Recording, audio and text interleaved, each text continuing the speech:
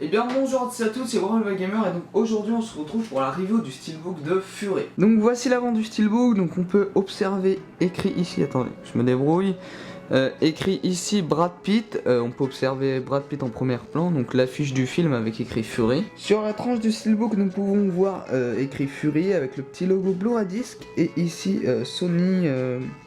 c'est Sony Entertainment. Ensuite l'arrière du steelbook, je le trouve magnifique, regardez-moi, on a toute l'équipe, tous les soldats du film, donc on peut observer écrit War Never End Quickly, donc ça veut dire la fin de la guerre n'est jamais calme, hein. La fin d'une guerre n'est jamais calme, un truc comme ça, avec le tank Fury. Ensuite pour ce qu'il en est de l'intérieur, on peut observer le Blu-ray-Disc Fury qui est assez joli avec un petit effet de noir et blanc, un petit effet Sin City, c'est-à-dire un effet en noir et blanc avec de la couleur.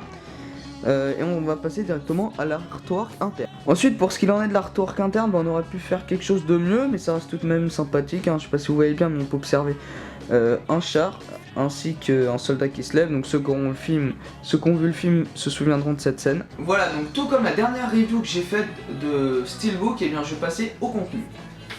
Donc à l'intérieur de ce Steelbook, faut savoir que je l'ai acheté aux enchères, je l'ai eu pour 15 €, donc c'était vraiment un prix c'était vraiment un très bon prix, sachant qu'il vaut à peu près 25 ou 30 € au magasin. Enfin voilà. Donc le format du film, c'est un format 16 neuvième en 1920 par 1080p.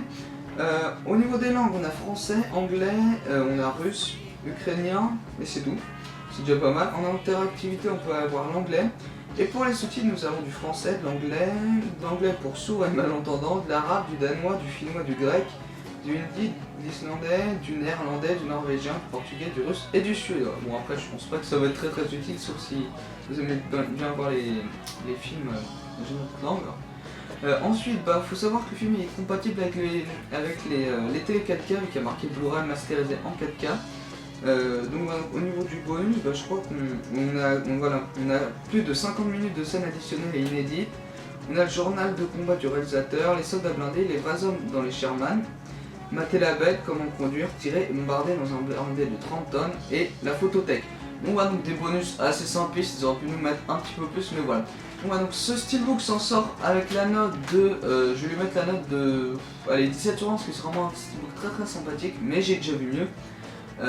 Voilà, donc j'espère que la vidéo vous aura plu, n'hésitez pas à la liker, la commenter, vous abonner, allez voir la chaîne de Six Neymar, Vincent Velocity et Rémi Rossi.